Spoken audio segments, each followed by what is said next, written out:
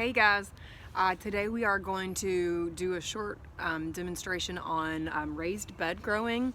And so I already laid down some cardboard and it rained, so that's what you need to do. You need to get it wet with a hose or let the rain hit it, just to kind of help the deterioration process. And it's nice to use cardboard because it's biodegradable and it acts as a weed suppressant, right? So you're gonna there's alternatives to this. You can use fabric, like the landscaping fabric, because it's porous and it breathes.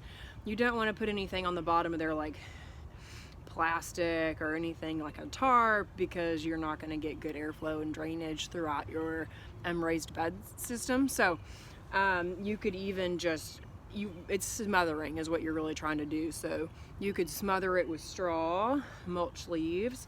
I just went ahead, I had the cardboard and I just went ahead and used it just as an extra, layer of material. So I'm going to put some straw in the little beds now. And then I'm going to top it with an OMRI approved organic potting, not a potting mix, a raised bed soil blend. And so that already has some like aged compost in it. I'll read you the ingredients. And then we are going to do some planting. So I just want to show you guys what I have going on here. That's just like a 2.5 by 2. I have 2 of these side by side. So we're going to do them both. I have my straw ready. So I'm gonna just throw some in. These are such small beds, we probably won't need a whole lot, but it's just nice to have the material in there, because you're gonna typically need to add some fertilizer or some nutrition to your beds after a time, because the vegetables that you plant in there are going to utilize the nutrients from the soil that you add in, and so the decomposing straw will help it do that. It'll kind of replenish it. So yeah, so we've got our straw in, and I do want to read this to you. It's 4 vegetables. I'm typically not an advocate for Miracle-Gro. But because it's OMRI listed, they're doing things in accordance to the organic production, which I appreciate. So this is for fruits, vegetables, flowers, and herbs. It's already blended. And it has peat moss or the coconut coir, poultry litter, so that's composted chicken manure, alfalfa meal, bone meal, kelp meal, and earthworm castings. So we know that these are all good things and that our vegetables love them. So, of course, I left my knife. If you'll excuse me for a brief moment. Got it. We actually left it inside, so I'm going to have to use this crazy thing. Here we go. Just tear it right open. Beautiful, it's dark black, and we're just gonna dump it right in here.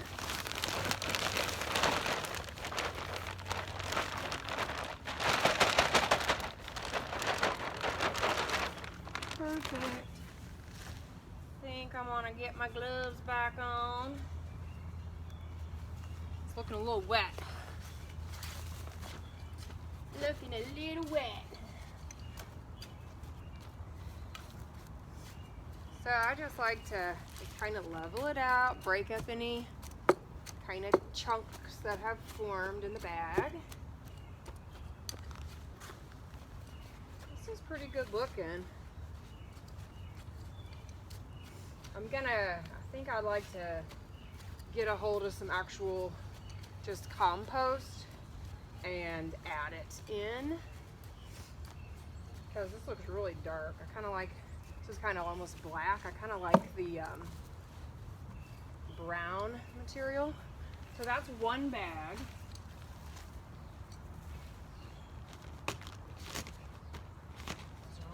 right open and dump it in.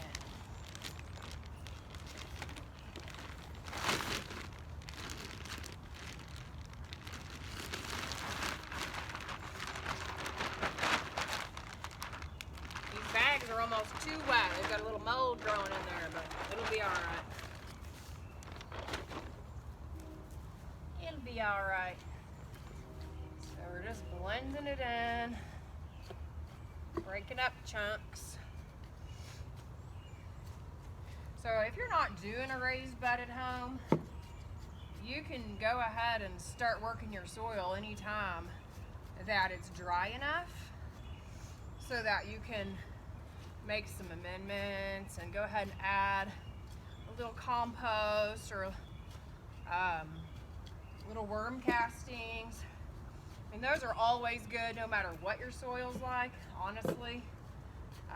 You need to constantly add like organic matter to it to help it be happy.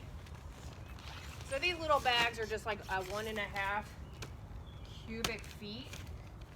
So I can just tell based on the size of my boxes that just a few bags would help. So I'm just gonna split this bag in half from the beds. Come on out of that. There we go. There we go. Beautiful. Beautiful. You know you're a green thumb when you think dirt is beautiful. I'm a fan. I'm a fan. Makes me happy. And because you know what it produces. You know what this is going to give you. So, I think because I'm feeling a lot of angst to kind of like get started, I'm going to go ahead and put my carrots in. So this is ready to plant. This is ready to go. This does not need anything else right now. We're good. It's got plenty of its own nutrients. Like I said, you might have to amend it moving on, you know, but I just like to get a nice liquid fish fertilizer, like a fish kelp or fish emulsion, and you know, water things with it once a week or every 2 weeks, and that gives things a nice boost.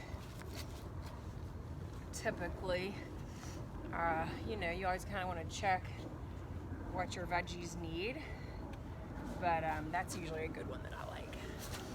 Okay, alrighty, so I'm gonna put some carrots in super quick. I've got these are called Danvers. It can take 10 to 25 days to germinate, so I'm gonna have to keep an eye on these little guys. It's gonna take them some time. It's recommended to sow these outdoors versus sowing indoors and then transplanting out because they have a delicate root system, which we've been talking about. They will germinate in soils that are 45 degrees Fahrenheit. So, all right. Can y'all see what I'm doing? Get down there. Whoop! Hang on there. Hang on there, cowboy. There we go. So I'm gonna plant everything I can fit in this box. I'm gonna plant all the carrots I can plant. So I'm just gonna put them in my hand. These are tiny seeds. So I'm just gonna pinch a little. See how small they are? I'm gonna pinch a little and just kind of sprinkle them down the bed.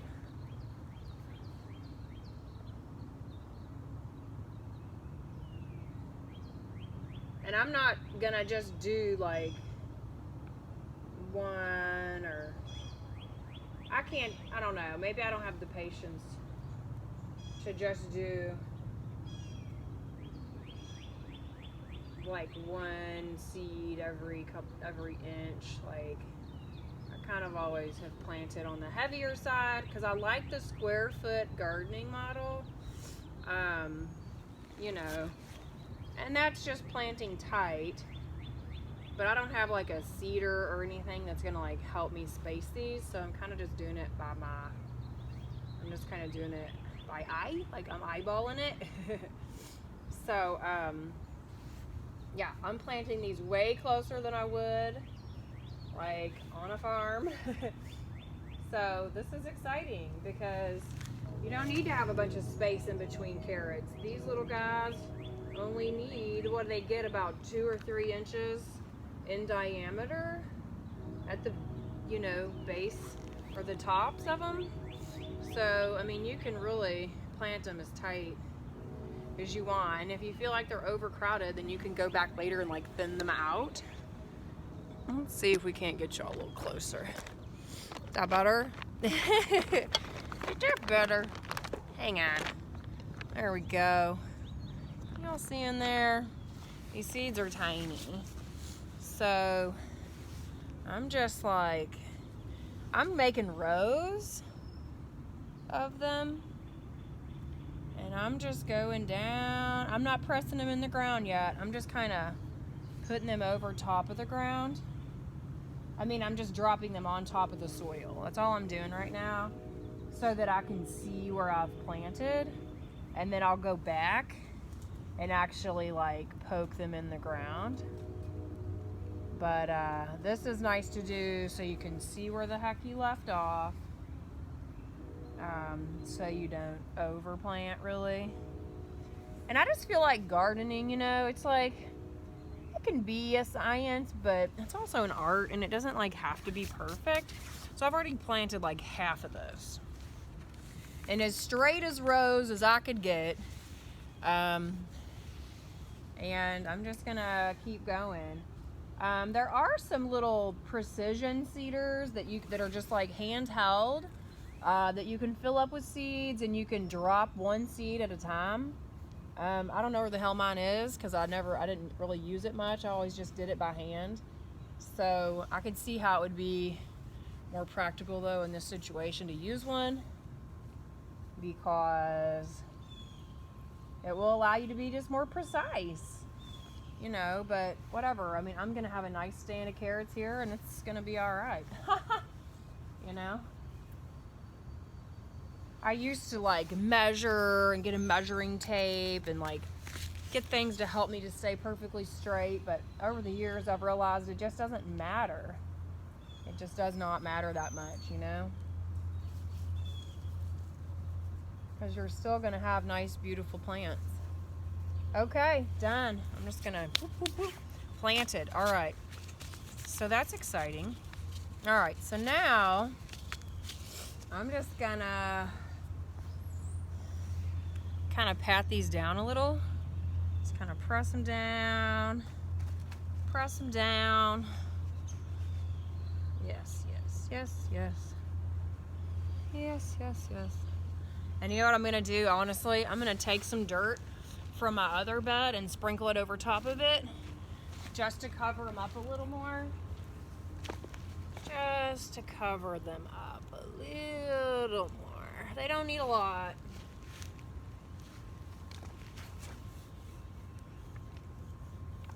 And carrot foliage is so fine. It's like they're hair-like when they germinate, and so it's easier to see them in an isolated planting like this, or where there's not like a bunch of weed seeds. Otherwise, you're just gonna have to get familiar with what the foliage looks like, so that so that you don't think it's a weed. Okay, that's the end of our carrot demo. I'll be back. Thanks for watching. Hope it was helpful.